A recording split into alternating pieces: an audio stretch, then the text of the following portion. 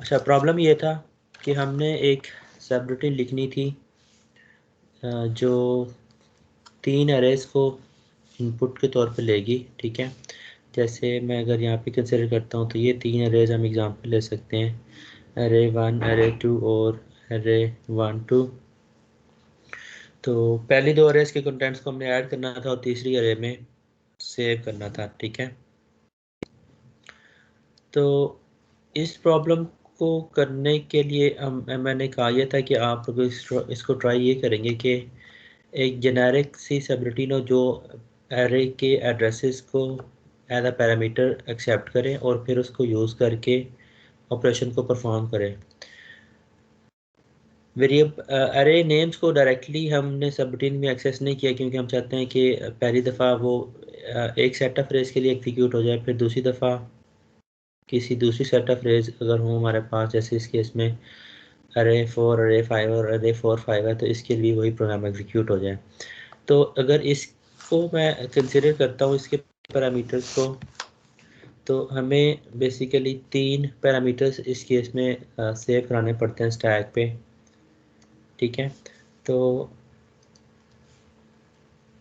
Main program में अगर मैं जाता हूँ जहाँ पे हम इन 3 अरेज को सेव जब करवाते हैं स्टैक के अंदर, ठीक है, तो उसके बाद फिर हम फंक्शन को कॉल करते हैं, तो जो बेसिक एग्जीक्यूशन स्टार्ट होती है प्रोग्राम की। ये पार्ट हमारा प्रोग्राम का वेरिएबल्स वाला है, ठीक है। और नीचे, इससे नीचे हमने फंक्शन की स्टेटमेंट्स को डिफाइन किया हुआ है। इससे ऊपर जो प्रोग्राम हमारा वो हमारा मेन प्रोग्राम है जिसके अंदर हम सारे पैरामीटर्स को हम स्टैक में डाल रहे होंगे और फंक्शंस की जो प्री प्रोसेसिंग है वो मैनेज कर रहे होते हैं, ठीक है। ऑलराइट जी, एक सेकेंड। अच्छा, तो हम अगर पैरामीटर वाइज देखते हैं तो फंक्शन कॉल करने से पहले हमने 4 पैरामीटर्स को स्टैक में सेव कराया है। ये 4 पैरामीटर्स को स्टैक में अगर मैं सेव कराता हूँ तो सबसे नीचे अगर मैं देखता हूँ तो अरे का साइज हम मूव करवा रहे हैं, फिर हम पहली अरे के पैरामीटर्स के बेसिकली उसको एड्रेस मूव करा रहे हैं, फिर दूसरी अरे का एड्रेस मूव करा रहे हैं और फिर इवेंचुअली तीसरी जो अरे है उसके एड्रेस को हम मूव कराते हैं। तो ये 4 पैरामीटर जब स्टैक में चले जाते हैं तो आखिर पे जब ये 4 पैरामीटर्स हम पुश कर लेते हैं तो if you observe the stack pointer top of the stack इस लोकेशन को पॉइंट कर रहा होता है, ठीक है।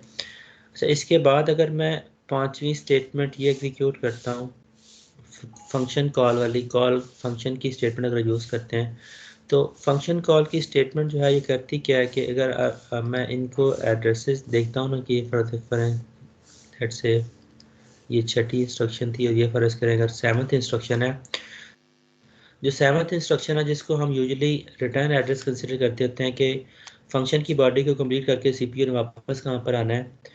तो कॉल के बाद बेसिकली ये फंक्शन कॉल के बाद वाली जो स्टेटमेंट है वो 7th इंस्ट्रक्शन है। तो 7th इंस्ट्रक्शन का रिटर्न एड्रेस स्टैक में सीपीयू सेव करता है। तो जब ये स्टेटमेंट्स एग्जीक्यूट होती है तो स्टैक पॉइंटर यहाँ से अपडेट होके again top of the stack इस लोकेशन को पॉइंट कर होता है। अब जब ये पैरामीटर्स हम स्टैक में पुश कर लेते हैं तो हमने फिर इन पैरामीटर्स को स्टैक में से रीड करना है। हमें ये पता है कि हर पुश की जो इंस्ट्रक्शन है, फॉर एग्जांपल पुश EX में लिखता हूँ, तो ये करती क्या है कि स्टैक पॉइंटर में से 2 माइनस करता है और फिर AX की वैल्यू को मेमोरी में सेव करवा देता है जिस लोकेशन को स्टैक पॉइंटर पॉइंट कर होता है। तो हर दफ़ा 2-2 का डिक्रीमेंट हो रहा है।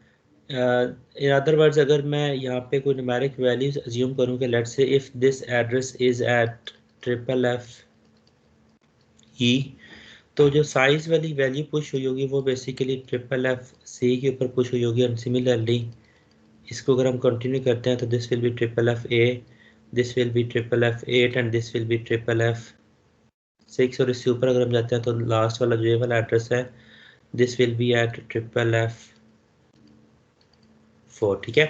तो हर दफ़ा 2-2 माइनस हो रहा है। इसका मतलब है एक पॉइंटर बना के अगर मैं एक पॉइंटर यूज़ करके मैं अगर किसी इसके इस एड्रेस को किसी दूसरी वेरिएबल को देके बेस पॉइंटर को फॉर एग्जांपल देके अगर मैं नीचे वाली वैल्यूज़ को एक्सेस करना चाह रहा हूँ तो जो नीचे वाली value this will be accessed at base pointer 2, this will be accessed at base pointer 4, this will be accessed at base pointer 6 and this will be accessed as base pointer plus 8 and so on so ठीक है।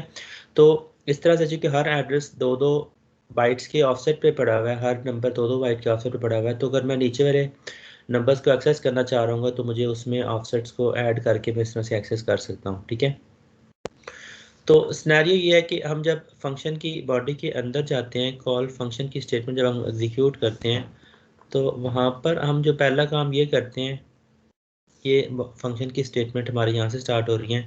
पहला काम हम ये करते हैं कि हम बेस पॉइंटर और स्टैक पॉइंटर की वैल्यूज़ को आपस में सिंक्रोनाइज़ कर लेते हैं। जब मैं इनको सिंक्रोनाइज़ कर लेता हूँ तो उससे होता क्या है, let me copy that right image here so that दोबारा से मैं ना लिखना पड़े इसको।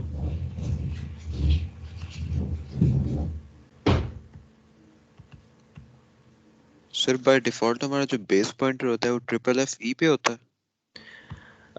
By default stack pointer FFF जब आप फर्स्ट टाइम एग्जीक्यूशन करेंगे, प्रोग्राम को ओपन करेंगे तो वो FFFE से स्टार्ट होता है। इनिशियल वैल्यू मैटर नहीं करती, कहीं से भी स्टार्ट होता हो। आइडिया वही है कि जब भी आप कोई न्यू वैल्यू उसमें सेव कराएंगे तो वो उससे अनवर्ड उसमें दो दो माइनस करके वो सेव करता जाएगा। इनिशियली ओके रैंडम एड्रेस आप कोई भी ले सकते हैं। मैं FFF इसलिए लिख रहा हूँ कि अगर आप इसको मेमोरी में ऑब्जर्व करना चाह रहे हो तो वो आप इन एड्रेसेस के ऊपर जाके कर सकते हैं। ठीक है, तो अच्छा, सब रूटीन कॉल में आने से जब हम पहली स्टेटमेंट ये यूज़ करते हैं तो इसका मतलब है हमने बेस पॉइंटर और स्टैक पॉइंटर को सिंक्रोनाइज कर लिया। Now both of these registers are pointing to the same address. ठीक है, अच्छा, इससे नीचे अगर मैं बाकी एड्रेसेस को रीड करता हूँ तो मैं इन्हीं ऑफसेट्स को यूज़ करके रीड कर सकता हूँ। अब ये जो चार पैरामीटर्स हमने एक सब रूटीन के लिए पुश किए हुए थे, इनको अगर मैं रीड करना चाहता हूँ तो मेरे पास चॉइस है कि मैं इनको रीड करके कहाँ पे प्लेस कर सकता हूँ। This is totally up to me. ठीक है, अप टू द प्रोग्रामर। तो अगर हम यहाँ पे ऑब्ज़र्व करते हैं, लेट्स से जो पहली स्टेटमेंट है यहाँ पे, move D I base pointer +2, base pointer +2 से हमें क्या वैल्यू मिलेगी?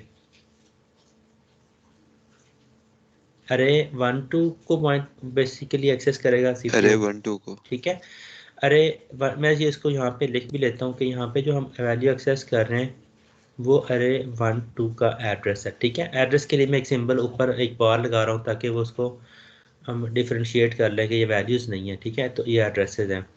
सिमिलरली अगर मैं बेस पॉइंटर +4 से कोई डाटा एक्सेस करता हूँ तो इट विल बी के यहाँ पे जो डाटा हमें एक्सेस होगा दिस विल बी अरे 2 का एड्रेस होगा। और उसी तरह से बेस पॉइंटर +6 से हम अगर कोई वैल्यू एक्सेस करते हैं तो दिस विल बी अरे 1 उसका एड्रेस होगा। और बेस पॉइंटर +8 से अगर मैं वैल्यू को एक्सेस करता हूँ तो this will B eventually size होगा, जो कि अरे में नंबर ऑफ एलिमेंट्स कितने हैं। ठीक है, ओके जी। तो इसके बाद जब मेरे पास ये चार पैरामीटर्स मैं स्टैक से इस तरह से एक्सेस कर लेता हूँ तो प्रॉब्लम बहुत सिंपल हो जाता है। करना हमने ये था, इसको अगर मैं यहाँ पे भी मैथमेटिकली थोड़ा सा एक्सप्लेन कर दूँ तो करना हम ये चाह रहे हैं कि अरे 1 है, इसके कंटेंट्स को हमने जमा करना है अरे के 2 के कंटेंट में, और इनका जो आंसर आएगा उसको हमने तीसरी अरे 1 2 के कंटेंट्स में हमने प्लेस करना है।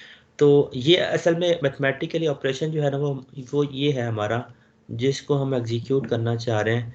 इसको करने के लिए हम लोगों ने इन तीनों अरेज की एड्रेसेस को पास किया है, और इनके एड्रेसेस को पास करने के बाद हमने इनको स्टैक से रीड किया और फिर अब उसके बाद हमने इनको ऐड करना है। तो हमें ये पता है कि जब ये दोनों अगर मेमोरी वेरिएबल्स हैं तो दोनों इकट्ठे तो ऐड हो नहीं सकते। तो इनको ऐड करने के लिए हमें बीच में एक रजिस्टर की सपोर्ट लेनी पड़ती है, जो इस केस में हम AX को यूज़ कर रहे हैं। तो जो पहली तीन स्टेटमेंट्स हैं ये एक्चुअली यही मैथमेटिकल एक्सप्रेशन जो यहाँ पे लिखा हुआ है कि अरे 1 और अरे 2 के कंटेंट्स को हम ऐड करेंगे और अरे 1 2 में प्लेस करेंगे।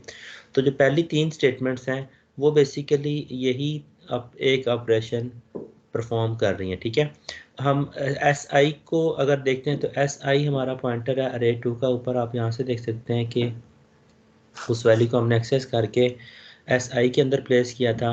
DI पॉइंटर हमारा डेस्टिनेशन अरे का है अरे 1 2 जिसको हम कह रहे हैं, और जो बी एक्स है हमारा वो सिंपली अरे 1 का पॉइंटर है। ठीक है, तो तीन वैल्यूज को हम यहाँ पे उठाते हैं, उनको हम ऐड करते हैं और डेस्टिनेशन वाली जो अरे का पॉइंटर है डी आई, उसके अंदर हम प्लेस कर देते हैं। अगर इसको मैं यहाँ पे भी लिख दूँ तो ज़्यादा ईजी हो जाएगा। ये हमारा पॉइंटर इसका अरे 1 2 का डी आई के अंदर पॉइंटर पड़ा हुआ है। अरे 1 जो है वो बेसिकली बी एक्स वाला पॉइंटर है हमारा, और जो अरे 2 है वो हमारा एस आई वाला पॉइंटर है। ठीक है, तो इन तीन पॉइंटर्स को वैल्यू असाइन करने के बाद हमने यहाँ पे उसको एडिशन करवा लिया, और जब वो एडिशन करवा लिया है तो नेक्स्ट आइट्रेशन में उसको रिपीट करने के लिए हमें पॉइंटर्स को अपडेट करना पड़ता है। तो मैंने हर एक में दो दो ऐड कर दिया, अज्यूमिंग के जो हमारे पास ये वाली अरेज हैं, all of these arrays are defined word type, 16 bits का एक नंबर उसके अंदर पड़ा हुआ है, तो मुझे हर एक में +2 करना पड़ेगा। और उसके बाद लूप की इंस्ट्रक्शन हम एग्जीक्यूट करते हैं। तो लूप की इंस्ट्रक्शन लेवल 1 से प्रोग्राम को रिपीट कर रही है, और तब तक रिपीट करती है जब तक सी एक्स की वैल्यू 0 नहीं हो जाती। सी एक्स के अंदर हमने ऊपर साइज रखवाया हुआ 5। साइज रखवाया हुआ है, सी एक्स होना चाहिए था, ये गलती से डी एक्स लिखा हुआ है, इसको मैं चेंज करता हूँ, this should be C X. ठीक है, तो सी एक्स के अंदर हमने साइज रखवाया हुआ था, तो ये उसको प्रोग्राम को रिपीट कर देता है, जो वैल्यू सी एक्स में पड़ी होगी उतनी दफ़ा रिपीट कर देता है। ठीक है, तो अच्छा, ये जब प्रोग्राम खत्म हो जाता है, रिटर्न की इंस्ट्रक्शन एग्जीक्यूट होती है, तो रिटर्न की इंस्ट्रक्शन करती क्या है कि स्टैक में देखता है सबसे ऊपर क्या पड़ा हुआ है। स्टैक में पड़ा हुआ है 7th इंस्ट्रक्शन का रिटर्न एड्रेस, तो सीपीयू स्टैक में टॉप से एड्रेस उठाता है। अगर मैं यहाँ पे रिटर्न को एक्सप्लेन कर दूँ, तो what return instruction does is कि जो टॉप ऑफ स्टैक है इसको वो मूव करवा देता है इंस्ट्रक्शन पॉइंटर को, और स्टैक पॉइंटर में 2 ऐड कर देता है। तो ये दो ऑपरेशंस करती है रिटर्न की इंस्ट्रक्शन। अब टॉप ऑफ स्टैक में जो एड्रेस पड़ा हुआ वो बेसिकली रिटर्न एड्रेस है कि सीपीयू ने वापस कहाँ पर आना है। तो चूंकि वो रिटर्न एड्रेस इंस्ट्रक्शन नंबर 7 का पड़ा हुआ है, तो कंट्रोल ऑटोमेटिकली शिफ्ट हो जाता है इंस्ट्रक्शन नंबर 7 के ऊपर। इंस्ट्रक्शन नंबर 7 जो थी वो थी कि हमने जो पॉइंटर्स, जो हमने पैरामीटर्स स्टैक में पुश किए थे, उन पैरामीटर्स को हम निकालना चाह रहे हैं। तो उसको निकालने के दो तरीके हैं, उनमें से एक ये वाला मेथड है कि आप बजाय इसके कि 4 दफ़ा आप पॉप की इंस्ट्रक्शन यूज़ करें, जो हमने 4 पुशेस यहाँ पे किए थे। ठीक है, इसको कवर करने के लिए हम ईदर वी कैन यूज़, ठीक है, फॉर पॉप ऑपरेशंस, या फिर हम ये कर सकते हैं कि स्टैक पॉइंटर में 8 ऐड करवा दें। पॉप असल में हम तब यूज़ करते होते हैं अगर हमने स्टैक से यूज़ भी करना हो या हमारे काम का हो। अगर हमारा मकसद सिर्फ ये है कि हमने जो स्टैक में पैरामीटर्स को सेव किया था उनको मैं डिस्कार्ड करना चाह रहा हूँ, तो या मैं उनको फ्यूचर में ओवरराइट करना चाह रहा हूँ, तो I can simply add some constant value to the stack pointer. तो इससे होगा क्या कि जब स्टैक पॉइंटर में हम 8 ऐड करेंगे तो पॉइंटर हमारा अपडेट होके वापस इस लोकेशन के ऊपर आ जाएगा। इसको मैं यहाँ से भी पॉइंट कर दूँ कि ट्रिपल जब एफ ई के ऊपर। ट्रिपल एफ ई के ऊपर, यस, तो ये बेसिकली इस डिफ़ॉल्ट एड्रेस के ऊपर जो यहाँ पे आप कह सकते हैं कि कोई गार्बेज वैल्यू पड़ी है तो उसके ऊपर वो पॉइंट करना शुरू कर देगा। ठीक है, तो इसका मतलब है कि अब दोबारा अगर मैं वही वाली सबरूटीन कॉल करता हूँ तो मुझे उस दूसरी सबरूटीन के लिए जो मैं नए पैरामीटर्स पुश करूँगा तो पहले वाले पैरामीटर्स के ऊपर ओवरराइट हो जाएंगे, तो स्टैक ओवरबर्डन नहीं होगा, स्टैक की मेमोरी को हम वेस्ट नहीं कर रहे होंगे। ठीक है, तो ऐड करने के बाद अब अगर मैं वही वाला प्रोग्राम दोबारा यूज़ करना चाहता हूँ दूसरी सेट ऑफ रेस के लिए, तो मुझे दूसरी सेट ऑफ रेस के 4 पैरामीटर्स को मैं पुश करूँगा और अगेन फंक्शन कॉल करूँगा। तो इसके करस्पॉन्डिंग अगर मैं स्टैक का एक स्ट्रक्चर यहाँ पे बनाता हूँ, तो पहला पैरामीटर अगेन यहाँ पे भी स्टैक साइज पुश किया हमने, फिर हमने अरे 4 का एड्रेस पुश किया, फिर 5 का एड्रेस पुश किया, और फिर हमने अरे 4 5 का एड्रेस पुश किया। और उसके बाद जब कॉल की इंस्ट्रक्शन मैं यूज़ करता हूँ तो होता क्या कि इसके ऊपर बेसिकली रिटर्न एड्रेस आ जाएगा। अगर मैं सीक्वेंस वाइज देखता हूँ तो this will B 10th 11th 12th और 13th इंस्ट्रक्शन जो होगी उसका यहाँ पे रिटर्न एड्रेस आ जाएगा। और उसके बाद सॉरी हाँ 13 इंस्ट्रक्शन का रिटर्न एड्रेस आ जाएगा और उसके बाद CPU स्विच कर जाएगा कंट्रोल को सब रूटीन की तरफ, और वहाँ पे जाके हम जो सबसे पहला काम अगेन हम कर रहे हैं कि हम बेस पॉइंटर और स्ट्राइक पॉइंटर को सिंक्रोनाइज़ करते हैं। जब मैं इसको सिंक्रोनाइज़ करूँगा तो इसका मतलब होगा कि जो ये स्ट्राइक पॉइंटर की वैल्यू है वही वाली वैल्यू हमने बेस पॉइंटर को दे दी होगी, और उससे नीचे अगर मैं अगेन वैल्यूज़ को एक्सेस करना चाहता हूँ तो बेस पॉइंटर +2 से मुझे अरे 4 का एड्रेस मिलेगा, बेस पॉइंटर +4 से अरे 5 का एड्रेस मिलेगा, and so on so forth, +6 and +8। ठीक है। अच्छा, यहाँ पर मैं दो इंस्ट्रक्शन ना और बताना चाह रहा हूँ, ये थोड़ी सी आपको काम आ सकती हैं एग्ज़ाम्स करते हुए।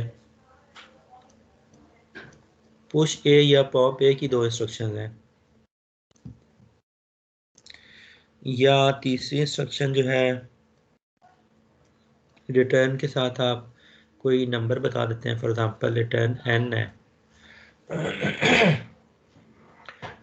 रिटर्न n में मतलब n कोई वैल्यू हो सकती है, यहाँ पे मैं लिखता हूँ n can be 0 2 4 6 8 any number. ठीक है।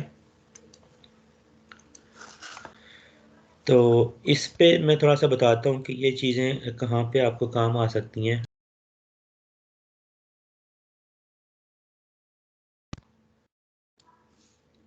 देखिए, पुश की इंस्ट्रक्शन जो हैं, पुश की इंस्ट्रक्शंस का आपके जहन में कोई एप्लीकेशन आती है सिंपल जो पुश की इंस्ट्रक्शन है? पुश ए या फॉर पुश एक्स करते हैं हम, या पॉप एक्स करते हैं। कोई सिग्निफिकेंस आपके जहन में आती है कि यार इसको हम इसी तरह से यूज़ कर सकते हैं कि अगर फ़र्ज़ करें प्रोग्राम करते हुए आपने कोई कैलकुलेशन करनी है और आपके पास रजिस्टर्स नहीं है तो क्या करेंगे? यस तो सर, सर तो स्टैक में पुश करके। वो रजिस्टर कम पड़ जाते हैं पुश और पॉप के लिए, और वैल्यूज रजिस्टर्स कम आ अगर जाती अगर रजिस्टर्स कम पड़ जाते हैं, if you run out of मतलब रजिस्टर्स, अगर मैं लिखता हूँ यहाँ पे कि इनसफिशिएंट रजिस्टर्स हैं अगर, ठीक है, तो एक सिनेरियो होता है कि मैं फ़र्ज़ करें ए एक्स को एग्जांपल लेता हूँ, पुश ए एक्स करता हूँ, उसके बाद मैं कोई ऑपरेशंस करता हूँ, लेट से जैसे आपने कोई ऑपरेशन लिखा add A X S I कर लिया, ठीक है, फिर आपने कोई कर लिया add A X B X कर लिया, ठीक है, और फिर उसके बाद आपने लिखा जी जो ए एक्स में आंसर आया है उसको मैं मूव करवा दूँ, फ़र्ज़ करें डी आई में ए एक्स की वैल्यू को, और इसके बाद मैं अगर पॉप करवा लेता हूँ तो यहाँ पे क्या होगा? फ़र्ज़ करें इनिशियली ए एक्स के अंदर पड़ा हुआ है लेट से 7F पड़े हुए हैं सारे, ए एक्स में क्या आएगा आउटपुट के बाद, प्रोग्राम के बाद क्या होगा ए एक्स के अंदर?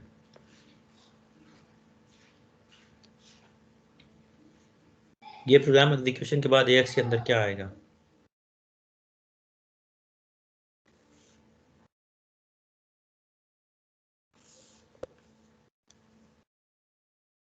सर ये एस आई और बी एक्स में क्या है? एस आई और बी आई दो पॉइंटर है ना, कोई किसी अरे के कुछ भी हो वैल्यू हो सकती है, इनकी मेमोरी पॉइंटर्स हैं। सर bx की वैल्यू होगी ax में। हाँ ऐसा ही और नहीं bx हाँ, का सम होगा। हाँ यही होएगा, वैसे तो सामने ही होएगा, और क्या होएगा। हाँ वैसे तो हमने वैल्यू ही ओके होगी। वैसे तो हमने ए एक्स के अंदर सम किया ना दो वैल्यूज का। चलो मैं जी थोड़ा सर। मैं यस सर। सिंपल कर देता हूँ, कोई बात नहीं, मैं सिंपल कर देता हूँ। हम फ़र्ज़ करें ये कर रहे हैं जी, ये इसमें 5 है, 5 भी नहीं करते, इसमें फ़र्ज़ करें 1 है और इसमें फ़र्ज़ करें 5 है। आप बता सकते हैं एक्स में क्या होगा?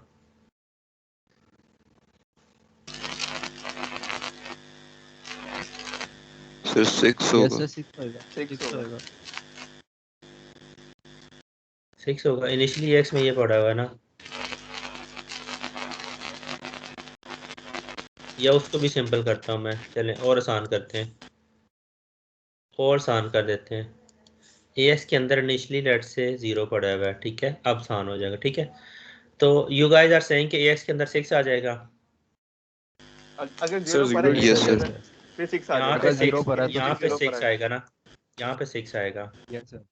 ठीक है। आखिर पे जब मैंने पॉप करवाया तो फिर AX में क्या आएगा?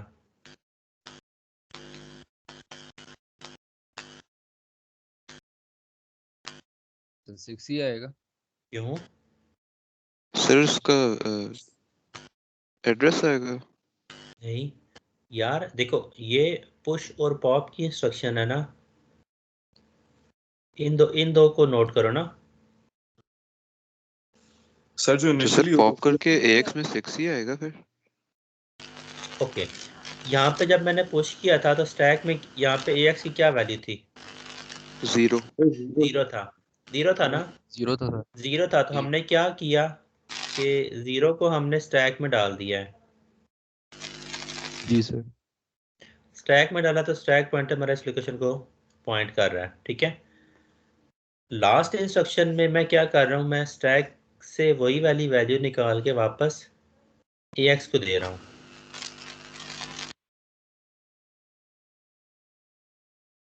लेकिन राइट। जब मैंने पॉप किया है, इसको अगर मैं एक्सप्लेन करता हूँ तो पॉप की इंस्ट्रक्शन क्या करती है, टॉप ऑफ स्टैक को निकाला, AX को दिया और स्टैक पॉइंटर को इंक्रीमेंट कर दिया है। जी सर।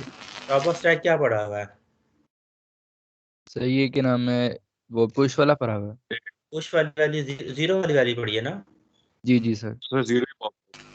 0 निकलेगा एग्जैक्टली। इसका मतलब AX में वापस क्या आ जाएगा? 0, जीरो। ठीक है। अच्छा, अब हम यहाँ पे हम लोगों ने किया वाला क्या, ये जो 3 इंस्ट्रक्शन मैंने बीच में ये वाली लिखी हैं, ये वाला ना कोई सर ये एक्स्ट्रा मुझे नहीं काम है। समझ आई। देखिए, ये जो मैंने ब्लू सर्कल कर दिया मैंने, इसके अंदर ना आप यस सर। कोई भी प्रोग्राम ऐसा करना चाह रहे थे, जैसे फर्ज करें आपने मल्टीप्लाई करना है ना, या आपने कोई रिपीटेड एडिशन वाला काम करना है, तो आपको एक रजिस्टर चाहिए, उसके बगैर तो नहीं कर सकते ना। या आपने अरे के एलिमेंट्स को ऐड करना है तो उसके लिए भी आपको एक रजिस्टर चाहिए। तो एक रजिस्टर आप ना इस तरह से निकाल सकते हैं कि वो जो ऑपरेशन आप एक्स्ट्रा करना चाह रहे हैं, उस ऑपरेशन से पहले आप जो कोई फ़र्ज़ करें मैंने AX को यूज़ करना है, तो AX की आप एक कॉपी बना दें स्टैक के अंदर, उसके बाद आप उस AX को यूज़ करना शुरू कर दें, और जो कॉपी आपने स्टैक में बनाई थी उसको आखिर पे आप स्टैक से वापस निकाल लें। तो यहाँ पर हम ये कर रहे हैं, ठीक है। Okay sir. बताइए अगर ये कॉन्सेप्ट नहीं समझा, क्योंकि इसको ना आप बहुत दफ़ा ना यूज़ कर सकते हैं। कॉम्प्लेक्स अगर कोई सिनेरियो आ जाता है जिसमें आपको बहुत सारे रजिस्टर यूज़ करने पड़ जाते हैं कोई प्रॉब्लम सॉल्व करते हुए, तो this is one of the best ways to do it. इस ब्लू सर्कल के अंदर आप जो मर्ज़ी लिखें, AX के साथ जो मर्ज़ी करें, इससे पहले जो आपकी AX की वैल्यू थी वो डिस्टर्ब नहीं होगी अगर आपने उसको पहले पुश किया हुआ है, और ये प्रोग्राम करने के बाद आखिर पे आप उसको पॉप करवा लेते हैं। मतलब स्टैक के अंदर जो आपने वैल्यू सेव करा दी ना एक्स की, वो एक सेपरेट कॉपी बन गई है, वो डिस्टर्ब नहीं होगी, वो डिस्ट्रॉय नहीं होगी, अनलेस कि आप उसको पॉप करके फिर चेंज करें तो। ठीक है सर, आ गई समझ। कितने लोगों को इसकी समझ आई, बाकी लोग क्या कहते हैं, क्लियर है? सर बताइएगा। मतलब हम जो वैल्यू पुश करेंगे वही पॉप होगी, वो ही मतलब आएगी, बाद में जो मर्जी हम एग्जैक्टली चेंजेस कर लें लेकिन बाद में वैल्यू जो नहीं चेंज मर्जी, होगी वो। यस, आप रजिस्टर के साथ जो मर्जी ऑपरेशंस कर लें, अगर आपने उस उन ऑपरेशंस को करने से पहले AX की एक कॉपी बना ली है स्टैक में, तो जब आप वो कॉपी वहाँ से वापस रीड करेंगे या निकालेंगे, तो आपको वही वाली पुरानी वैल्यू मिलेगी। विद इन स्मॉल प्रोग्राम आप जो चेंजेस कर रहे होंगे वो आपको बिल्कुल भी डिस्टर्ब नहीं करेंगी। तो इस तो sir is there any way कि हम स्टैक के अंदर ही वैल्यू चेंज कर सकें, क्योंकि इस तरह तो हमें जो वैल्यू हमने स्टैक में पुश की होगी वही पॉप होगी। यस, स्टैक के अंदर वैल्यू चेंज करने के लिए वही मेथड है जिस तरह से हमने स्टैक में डाटा को डाटा स्टैक से रीड किया था ना बेस पॉइंटर के थ्रू, यस सर। उसी तरह से बेस पॉइंटर को हम कोई एड्रेस दे के तो वैल्यूज वहाँ पे राइट भी करवा सकते हैं। सर हम मतलब ऑलरेडी ऑफसेट के थ्रू हम ओवरराइड करा सकते हैं। ठीक है। बिल्कुल यस, बेस ओवरराइड पॉइंटर के करा थ्रू ओवरराइड कर सकते हैं। जी शरोज क्या कह रहे हैं? सर मैं पूछ रहा हूँ अगर हमने स्टैक में ऑलरेडी कोई वैल्यूज पुश की हुई हैं तो हम बेस पॉइंटर यूज करके उसको ओवरराइड करा सकते हैं। बिल्कुल करा सकते हैं, yes you can do it. ठीक है, ठीक है। अब्दुलरमान आप कुछ पूछ रहे थे? सर अगर हमने 3 वैल्यूज पुश की हैं और हमने लास्ट वाली को पॉप करना है तो उससे पहले जो हम 2 निकालेंगे वो तो हमारी लूज हो जाएंगी इस तरह। हाँ तो यही तो पॉइंट है, यहीं से तो हमने डिस्कशन स्टार्ट की थी जब बहुत पहले मैंने स्टैक की पहली एग्जांपल करवाई थी। Yes sir. तो तो मैंने उसके यही लिए कहा तो था हम कि बेस पॉइंटर यूज कर लेते होते हैं। Exactly yes, you should use base pointer to access data randomly. Sir मतलब हमें जैसे अगर किसी प्रोग्राम में कहा हो कि हमने करना ही स्टैक के थ्रू है, बेस पॉइंटर का ना कहा हो। नहीं, उसमें ना फिर आपको वही तरीका रह जाता है। अगर बेस पॉइंटर को नहीं यूज़ करेंगे तो फिर वही तरीका है कि सारे नंबर पॉप करवाने पड़ेंगे। ठीक है सर। शेरजान क्या कह रहे थे? सर मैंने पूछना था कि अगर हमने AX की वैल्यू चेंज करनी है अब, तो हमें वो मूव BP आगे उसकी कोई वैल्यू देनी पड़ेगी 3 या 4 इस तरह?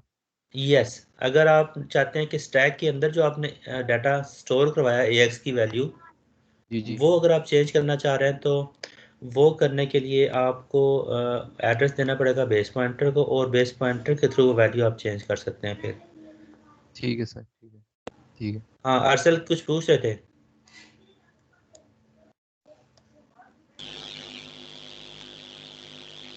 अरसल की आवाज़ आई थी। जी जी पूछो। सर जी जी। सर अगर हमने 6 से 0 0 कर लिया, दोबारा 6 चाहिए तो वो कैसे आएगा? दोबारा 6 लाने के लिए आ, आपने अगर इसी प्रॉब्लम पे फिक्स रखते हैं तो वो हम DI पे मूव करवा सकते हैं, वहाँ से हम उठा सकते हैं वैल्यू को वापस, जो पॉइंटर DI में वैल्यू सेव की है आपने। सर कोई इससे मिलती जुलती एग्जांपल करवा दें। देखिए ये मैं इसको ना लिखता हूँ यहाँ पे, ये मिनट क्यों शुरू हो गया यार। This was hour extra calculation, ठीक है।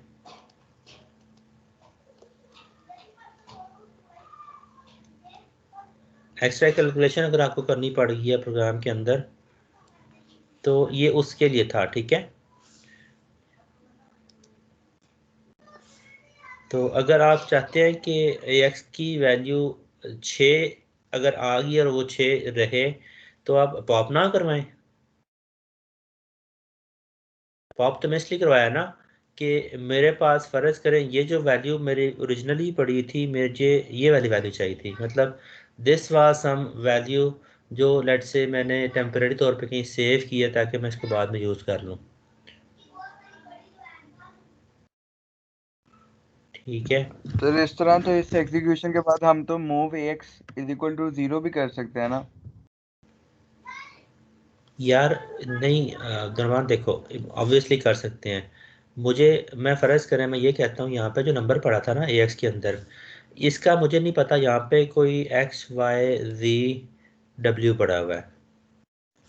मैं चाहता हूँ यार ये जो भी नंबर था ना ये ज़ाया ना हो।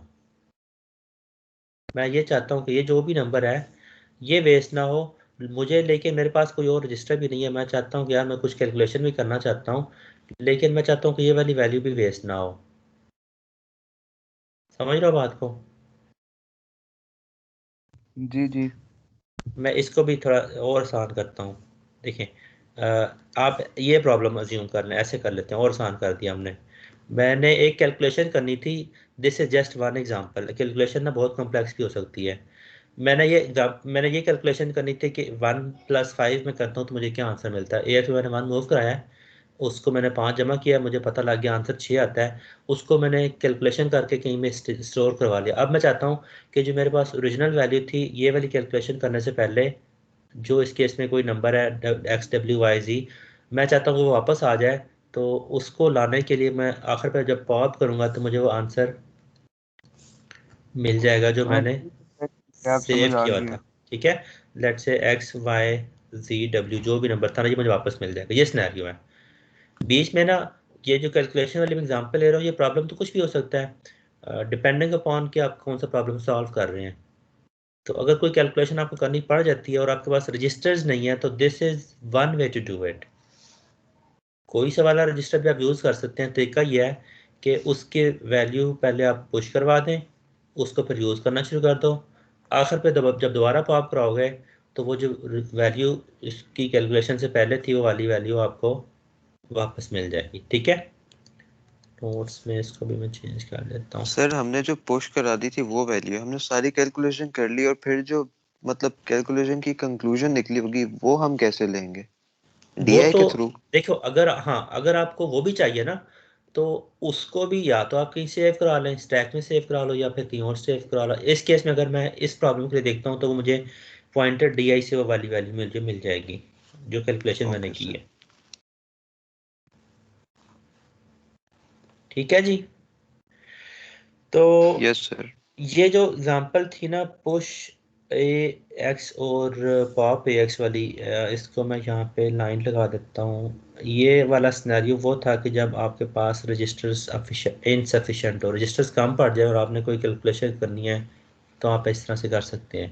ठीक है, जो पुश A और पॉप A की दो इंस्ट्रक्शन हैं, ये एग्जैक्टली इसी तरह का काम करती हैं, विद द डिफरेंस के जो पुश A की इंस्ट्रक्शन है, ये तमाम जो रजिस्टर्स की वैल्यूज़ हैं, तमाम रजिस्टर्स में AX है, आपका BX है, CX है, DX है, SI है, DI है, बेस पॉइंटर है और स्टैक पॉइंटर है। ठीक है, जो 8 रजिस्टर्स हैं, मतलब इसको मैं ऐसे कहता हूँ कि ऑल रजिस्टर्स जो हैं, इनको वो स्टैक पे सेव कर देता है। पुश ए सब रजिस्टर्स को स्टैक पे सेव करता है। इसके बाद आप उन रजिस्टर्स के साथ जो मर्जी करो, अगर आप आखिर पे पॉप ए कर लेते हो, तो वो वाली उनकी ओरिजिनल तो वैल्यूज सर वापस अगर आ हम जाती पुश हैं। ए करते हैं सारे रजिस्टर चल जाएंगे, हमें क्या पता कि हमारी कौन सी वाली रजिस्टर के ऊपर पड़ी है वैल्यू, कौन सी नीचे पड़ी है? रजिस्टर्स ना एक तरतीब के साथ पुश होते हैं, जैसे मैं बता रहा था कि AX BX CX, आप इनको अगर टेस्ट भी करना चाहते हो कि किस तरतीब में सेव हुए हैं फॉर लर्निंग पर्पस, तो आप उनमें कुछ नॉन वैल्यूज़ पुश करवा के मेमोरी में ऑब्जर्व भी कर सकते हैं। ठीक है, मतलब आइडिया ये है कि just let me write it here once, retrieve all registers from stack. ठीक है, आइडिया ये है पुश ए और पॉप ए को यूज़ करने का। देखिए, जैसे ये वाला सिनेरियो था, हमने ये जब सबरूटीन एग्जीक्यूट किया फंक्शन वाली, तो मैंने किया क्या भला, जब ये सबरूटीन में हम आए तो हमने किया हमने ये वाले रजिस्टर जो हैं, जिनमें बेस पॉइंटर है, DI है, SI है, BX है, CX है और यहाँ पे AX है। ठीक है, 6 रजिस्टर्स की वैल्यूज़ फंक्शन के अंदर आके मैंने चेंज की हैं। समझ रहे हैं बात को? फंक्शन की बॉडी के अंदर जब मैं आया हूँ, तो मैंने इनमें कुछ वैल्यूज़ मूव कराई हैं, कुछ वैल्यूज़ मैंने ऑपरेशंस किए हैं, तो उससे ना उन रजिस्टर्स की वैल्यूज़ चेंज हो गई हैं। अगर आप ये चाहते हो कि यार फंक्शन जब एग्जीक्यूट होके जाए वो किसी वैल्यू को ख़राब ना करे, तो आप फंक्शन में इनको वैल्यूज़ को चेंज करने से पहले इनको आप पुश कर दें। फंक्शन एग्जीक्यूट जब हो जाए तो आप उनको वापस पॉप कर दें, तो जो बिफोर फंक्शन वैल्यूज़ होंगी रजिस्टर्स की, वो आपको वापस मिल जाएंगी, वो ख़राब नहीं। इसका मतलब है कि फंक्शन के अंदर आप रजिस्टर का जो मर्ज़ी करो, जैसे मर्ज़ी उनको यूज़ करो। ओरिजिनल प्रोग्राम में, मेन प्रोग्राम में जब आप जाएंगे, तो आपको ओरिजिनल पुरानी वाली वैल्यूज़ मिल जाएंगी। तो पुराने जो रिजल्ट्स आपने कैलकुलेशन के किए हुए होंगे, उनको आपको मेमोरी में स्टोर करने की या उनकी कॉपी बनाने की ज़रूरत नहीं होगी। तो सर ये इस तरह अनलेस से कि एक जब हमने चीज समझ नहीं ओवरराइट आई ना किए हो। सर। सॉरी, सर क्या कह रहे? हाँ हाँ, सर ये चीज समझ नहीं आई कि ऐसे तो अभी तो कोई सवाल हमने किए ही नहीं जिसमें हमने पुरानी वाली वैल्यू से दोबारा चाहिए हो। किया नहीं है, लेकिन करना तो पड़ सकता है, तो हम आपको फ्यूचर के लिए तैयार कर रहे हैं। सर कोई एग्जांपल बता दें, इसने तो फिर समझ नहीं वो पता नहीं चल रहा ना कि किस में ये सर एक इस्तेमाल हो सकता छोटी सी एग्जांपल करा दें कोई भी। ओके, देखें अगर मैं इसी प्रॉब्लम को ना थोड़ा सा पोर्ट्रे करता हूँ डिफरेंट वे में कि let me just copy it and paste it the new window, वहीं पे हम इसकी डिस्कशन कर लेते हैं ताकि ये वाला हमारा जो सॉल्यूशन है ये ख़राब ना हो।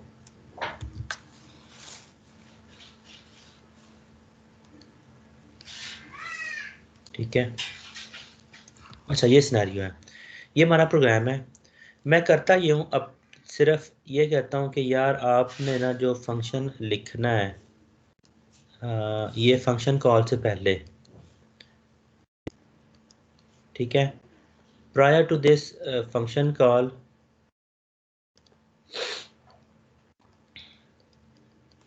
लेट्स अज्यूम हमारे पास ना कुछ रजिस्टर्स में डाटा पड़ा हुआ है कि AX के अंदर फ़र्ज़ करें हमने कोई नंबर रखा हुआ है 7861, कहीं से रिज़ल्ट हमने निकाला, BX के अंदर पड़ा हुआ है कोई इसी तरह से 3456 है, ठीक है, CX के अंदर भी कोई वैल्यू है 0966 है, ठीक है, DX में भी कोई वैल्यू है 3451 है।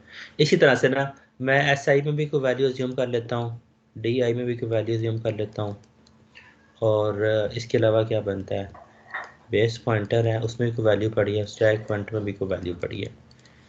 मैं चाहता हूँ कि यार ये जो ओरिजिनल वैल्यूज़ है ना, फंक्शन आप बेशक यूज़ कर लो, मैं चाहता हूँ कि यार ये वाली वैल्यूज़ ना ख़राब ना हो बाद में फंक्शन चलाने के बाद।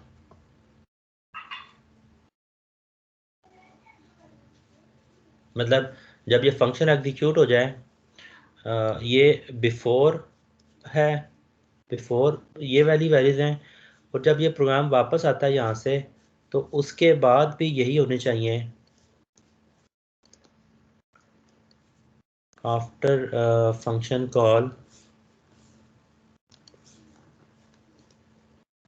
फिर भी यही वाली वैल्यूज़ होनी चाहिए। मतलब फंक्शन आपके रजिस्टर्स की वैल्यूज़ को चेंज ना करें। तो इनको करने के दो तरीके हैं, या तो आप इन वैल्यूज़ को आप कहीं कुछ वेरिएबल्स डिफाइन करें टेम्पररी और उनमें स्टोर करवा के आप फंक्शन के अंदर जाएं और उनको यूज़ करें। यूज़ तो आपने करने हैं, कैलकुलेशन करनी है, जब आपने पॉइंटर्स बनाने हैं, डाटा एक्सेस करना है रजिस्टर से, यूज़ तो आपको करने पड़ेंगे। ऐसा तो नहीं है कि आप यूज़ किए बगैर प्रॉब्लम सॉल्व कर सकते हैं। तो अगर मैं चाहता हूँ कि इनको मैं यूज़ भी कर लूँ और ये वाली वैल्यूज़ वापस भी आ जाएं, तो मुझे फंक्शन की बॉडी के अंदर कुछ स्टेटमेंट्स को ऐड करना पड़ेगा। बता सकते हैं कहाँ पे ऐड करूँगा without disturbing the flow of the program, बाकी मुझे चेंज ना करना पड़े। सर दोबारा तो रिपीट ये करें। जब रिटर्न, ये क्या नाम है, फंक्शन से पहले पुश ऑल कर दें और जब क्या नाम है फंक्शन एंड होने लगे L1 के एंड पे पॉप ऑल कर दें। ओके अच्छा ठीक है, गुड गुड। मैं इसको थोड़ा सा बताता हूँ, प्रॉब्लम मैं रिपीट करता हूँ। स्टूडेंट ने पूछा है कि यार देखें सिनेरियो ये है कि बाकी वही प्रोग्राम है, मैं चाहता हूँ कि प्रोग्राम के एग्जीक्यूट होने से पहले ना, ठीक है, ये फ़र्ज़ करें कुछ वैल्यूज़ हैं रजिस्टर्स की, इनिशियल वैल्यूज़ हैं, ये मुझे कहीं और से मिली हैं, किसी दूसरी कैलकुलेशन से, किसी दूसरे प्रोग्राम की आउटपुट है, और मैं चाहता हूँ कि जब ये हम फंक्शन कॉल करें इन अरेज के नंबर्स को ऐड करने वाली फंक्शन कॉल करके जब मैं वापस आऊँ तो मुझे वही यही वाली वैल्यूज़ वापस मिल जाए, मतलब ये वाली ख़राब ना हो। तो इनको करने का तरीका क्या हो सकता है, जिस तरह से हमने वो प्रॉब्लम सॉल्व किया था कि AX के अंदर जो नंबर पड़ा था, मैं चाहता था कि AX में जो नंबर है ओरिजिनल WXYZ जो हमने यहाँ पे डिफाइन किया था XYZW, तो मैं चाहता था कि यही नंबर वापस आ जाए। तो तरीका यह था कि बीच में अगर मैं जब AX की वैल्यू को चेंज करना शुरू करता हूँ तो मैं उससे पहले उसको पुश करवा लेता हूँ और आखिर पे उसको मैं पॉप करवा लेता हूँ, ठीक है। तो यही वाला काम मैं इसके साथ भी कर सकता हूँ, इस प्रॉब्लम के अंदर भी। अगर मैं चाहता हूँ कि यार ये वाली जो वैल्यूज़ हैं ये वाली ख़राब ना हो, तो मुझे या तो मैनुअली हर एक को मैं पुश करना शुरू कर दूँ। इसका मतलब अगर 8 रजिस्टर में मुझे 8 पुश इंस्ट्रक्शन यूज़ करनी पड़ेंगी और प्रोग्राम कैलकुलेशन करने के बाद आखिर पे 8 पॉप इंस्ट्रक्शन भी यूज़ करनी पड़ेंगी। दूसरा तरीका ये है कि हम पुश ए की और पॉप ए की इंस्ट्रक्शन यूज़ कर लेते हैं at the start of the program and at the end of the program, तो फिर उससे हम जान छुड़वा सकते हैं। ठीक है, मतलब आइडिया ये है कि अगर मैं फंक्शन की बॉडी के अंदर आते ही पुश ए यूज़ करता हूँ और रिटर्न की इंस्ट्रक्शन से पहले मैं पॉप ए यूज़ करता हूँ, इससे मसला हल हो जाएगा। लेकिन ना इसमें मुझे ये चीज समझ नहीं आ रही कि हमारे पास समझे 3 अरे थी, ठीक है सर। ठीक है, ठीक है। पहली दो थी नंबर वाली अरे, मतलब कि 2 वैल्यू जिनमें वैल्यूज भरी थी, और एक थी खाली अरे जिसमें हमने रिजल्ट स्टोर करना था। ठीक है, तो समझे मैं चाहता हूँ कि DISA में मेरे पास वो वैल्यूज वाली अरे आए, तो मुझे कैसे पता चलेगा कि कौन से वॉइस पॉइंटर पे +2 करने से आनी आएगी वो वैल्यू वाली आएगी, या +2 करने से मेरे पास वो खाली वाली आएगी। वो तो आपने जिस ऑर्डर में पुश किया ना उसी ऑर्डर से आपको पता चलेगा। नहीं, हमने तो पुश ऑल किया है ना।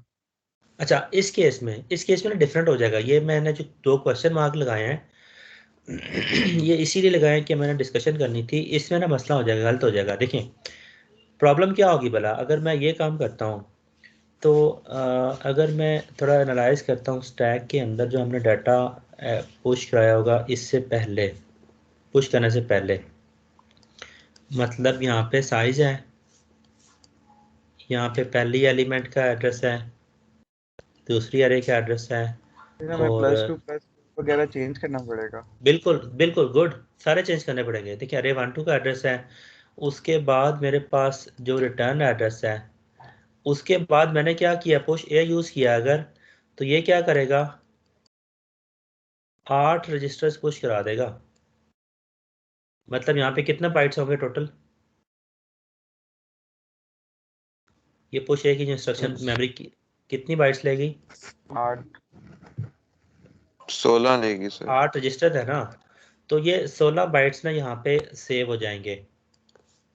16 बाइट्स जो हैं, इसका मतलब है 16 बाइट्स के बाद यहाँ पे स्टैक पॉइंटर इधर पॉइंट कर रहा होगा, और इसका मतलब है बेस पॉइंटर फिर इसके साथ पॉइंट करेगा जब हम इसके बाद ये इंस्ट्रक्शन यूज़ करेंगे।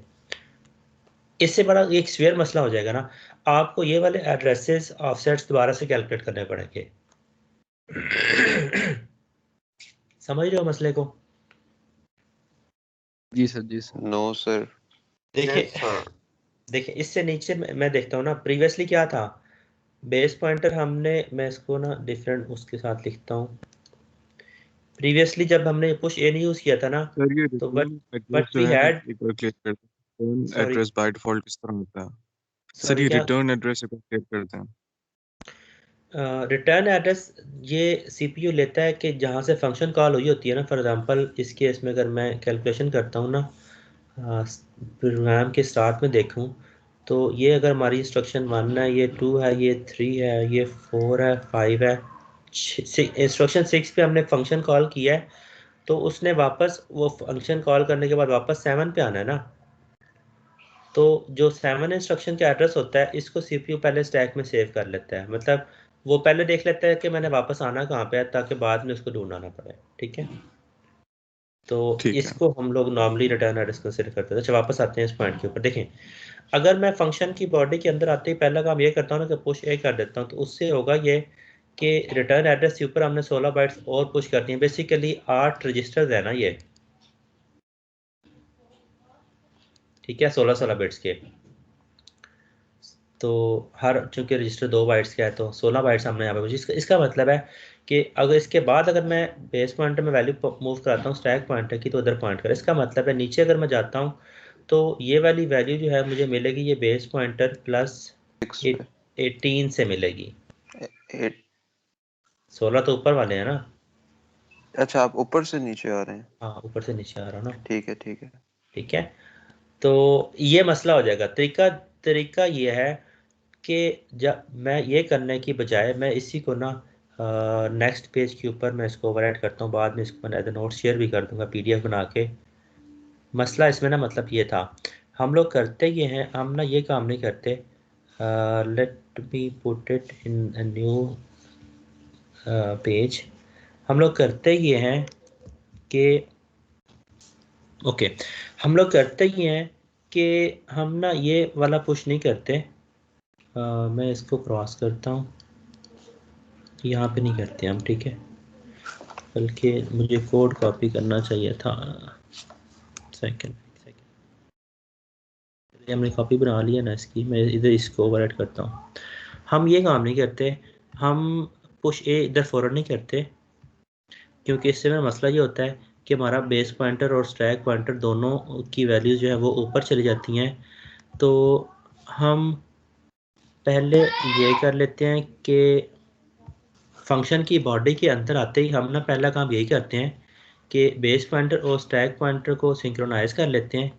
स्टैक पॉइंटर इधर है, बेस पॉइंटर इधर है, ठीक है। फंक्शन की बॉडी के अंदर आया मैं, इनको मैंने सिंक्रोनाइज कर दिया। इसका मतलब है कि अगर मैं बेस पॉइंटर से डाटा एक्सेस करूँगा तो मुझे उसी ऑफसेट पे बेस पॉइंटर 2 से 4 से 6 से और 8 से ना वैल्यूज़ मिल जाएंगी।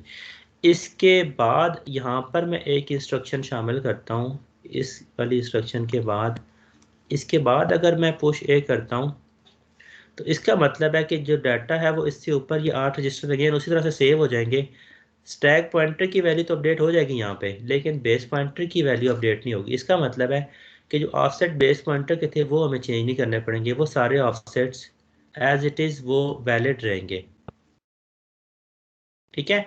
और आखिर पे मैं क्या करूँगा, जब लूप की इंस्ट्रक्शन के बाद रिटर्न की इंस्ट्रक्शन आएगी तो रिटर्न की इंस्ट्रक्शन पे जब मैं आऊँगा तो मैं यहाँ पे अगेन पॉप अप कर लूँगा, तो वो जो 16 रजिस्टर्स 8 रजिस्टर्स की वैल्यूज पुश हुई थी वो वापस पॉप हो जाएंगी। और आखिर पे रिटर्न एड्रेस जब कॉल करेगा तो रिटर्न एड्रेस CPU को, रिटर्न की इंस्ट्रक्शन को रिटर्न एड्रेस मिल जाएगा।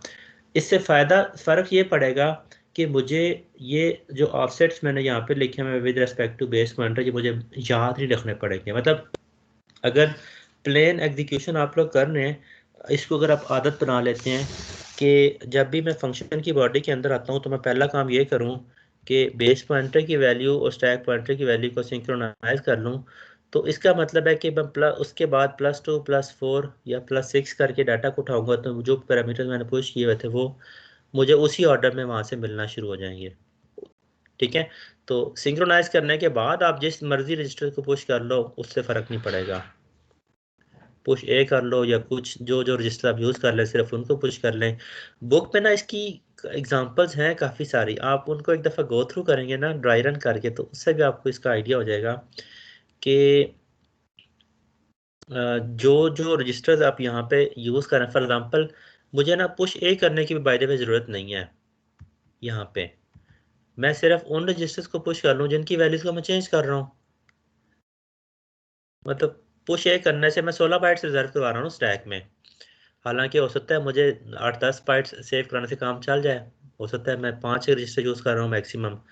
अगर मैं 5 रजिस्टर यूज़ करता हूँ तो मुझे स्टैक में 10 बाइट्स को रिजर्व करवाने की ज़रूरत है, ठीक है। सर जब आप पुश ए टॉप पे लिखते हैं तो इस एक इंस्ट्रक्शन से चारों रजिस्टर जो हैं वो पुश हो जाएंगे। पुश ए की इंस्ट्रक्शन 8 रजिस्टर पुश करती है,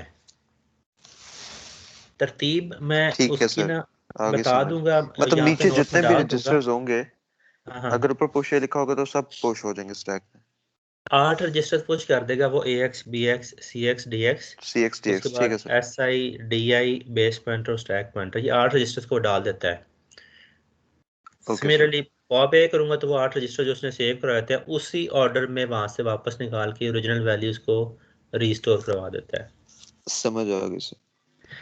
चले इनको ना ये लाजमी नहीं है लेकिन ये यूज़ कर सकते हैं, इससे आपको प्रोग्रामिंग करते हुए ना आसानी हो सकती है। मतलब पॉइंट ये मेरा ये था, इसलिए मैंने इनको थोड़ा सा ना डिस्कशन की है ताकि अगर आप इसको यूज़ करना चाहते हो तो this might be useful for you in the execution of the program. Mid term में ये चूंकि पुश रेप नहीं थी ना? पुश ए लिखा हुआ है, नॉट बिल्कुल साथ लिखा है, पुश ए लिखा हुआ है, पुश स्मॉल ए लिख दो बड़ा लिख दो उससे फर्क नहीं पड़ता। तो ये अरे थी ना? पुश ए अरे नहीं है, किधर से आ रहे हो, अभी आ रहे हो? ये स्टेटमेंट है। नहीं सर, इसमें 8 पड़े हुए हैं ना, 8 रजिस्टर पड़े हुए हैं। हाँ हाँ, ठीक है सर। पुश ए 8 रजिस्टर्स की वैल्यूज को सेव करता है। ये मैंने यहाँ पे थोड़ा सा डिस्कस किया था ना कि ऑल रजिस्टर्स, ऑल कहना चाहिए, ऑल एक्चुअली वही है जो हमारे एक्सेसिबल होते हैं, इंस्ट्रक्शन पॉइंटर नहीं होता है इसमें। 8 रजिस्टर हैं एक्चुअली ये जो स्टैक में सीपीयू सेव करता है पुश एक ही इंस्ट्रक्शन। सिमिलरली वो जो 8 रजिस्टर्स हैं उनको फिर आप इकट्ठे पॉप भी करा सकते हैं।